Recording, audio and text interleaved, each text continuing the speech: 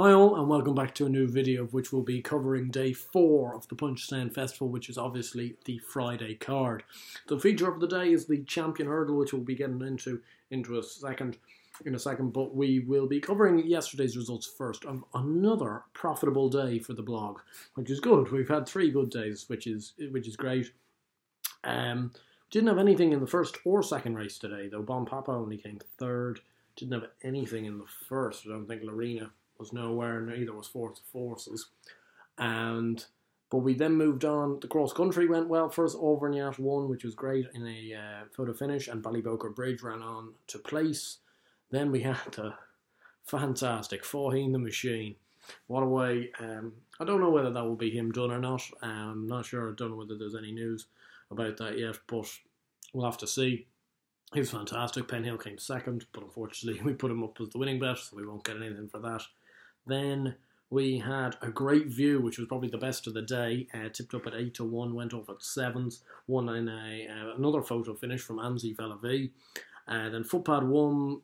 I suppose he goes down as a winner, but, okay. And then nothing in the last 2, unfortunately. The 2 mares ran very poorly and then get a reasonable third. So we move on to the 4th day with a fair profit being made from the first 3 days. So let's hopefully maintain that and move on with 2 good days.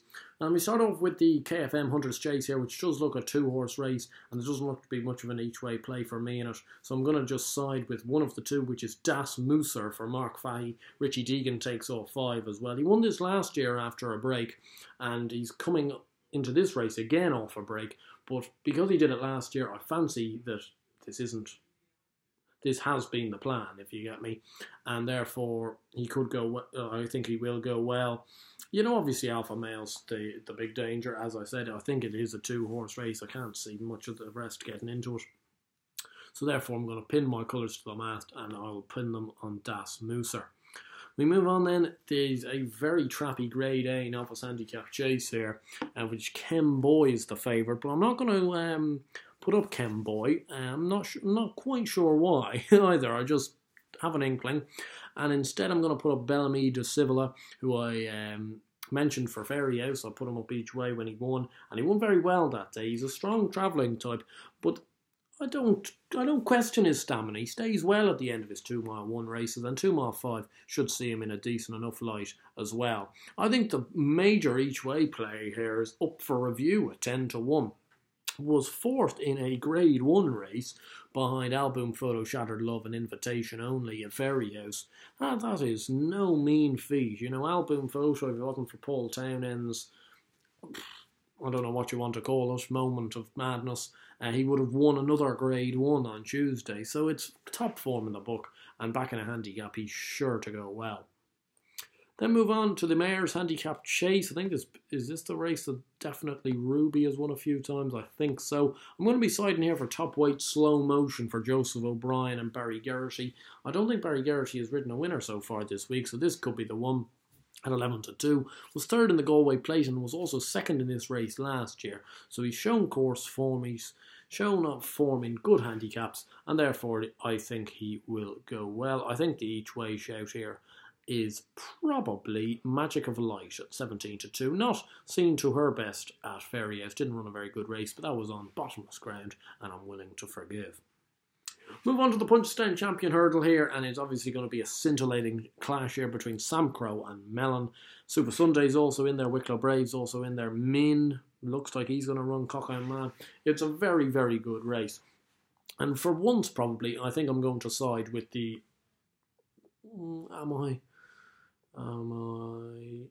Yeah, I'm going to side with the Gordon Elliott horse this time round, and I think Sam Crow's going to win this because I'm not sure about Mellon. I don't think Mellon's the greatest champion hurdle second we're ever going to see, and I think Sam Crow could be one of the best novices we could be seeing. Obviously his bubble could be worse tomorrow, but I think at 10 to 11 he's actually not that bad a price. Again, it's no working man's price, as I've said about other horses before, but this week, but he does seem to hold all the aces. Wicklow Brave at 11 to 1 is your each way play, last year's winner. Move on to the Champion Novice Hurdle, Grade 1 over 2-4, and I think Scarpetta at 11 to 2 here is the bet. Palisator beat him at Ferry House, it was. last time out, but I don't think Scarpetta put in probably the best performance it ever has done. Palisator, I'm just not a big fan of it, and therefore I'm willing to oppose. I think each way, he's not much of an each way shout, but Debouche 13-2 because he hasn't had the Fairy House run could be coming here that a little bit fresher. Champion Hunters Chase, not a big man for my Hunter Chases, I'm not going to lie, but Ballinasloe at 7-2, and On the Fringe as per at 12-1. They're my Hunter Chase duo. Usually I put them up. They were my two for the Fox Hunters at Cheltenham, so I'm going to stick with them here. I think Ux Alexandra could be beatable, and I'm not a big fan of sizing goal. Then move on to the Novice Hurdle, I think won last year by Montalbano, I think, from Riven Light. And I think the connections are going to take it again here with Deal Destruval at 10-3.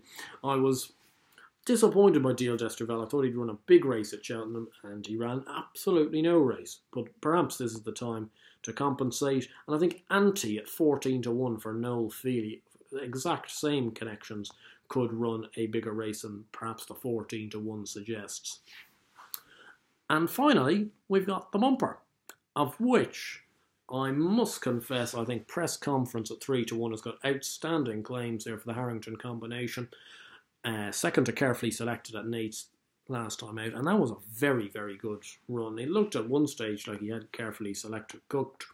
And each way here, All for Joy at 8-1. I think he's vulnerable from a win perspective, but he's put in some very, very solid runs in some very solid bumpers. So anyway, I hope you guys enjoyed this video, and I hope you guys have been backing winners like we have here. And if you guys enjoy the video, please do give it a like and subscribe down below. And also give us your comments and tell me who you are tipping for tomorrow and for the remaining day of the Punchestown Festival. As always, best of luck.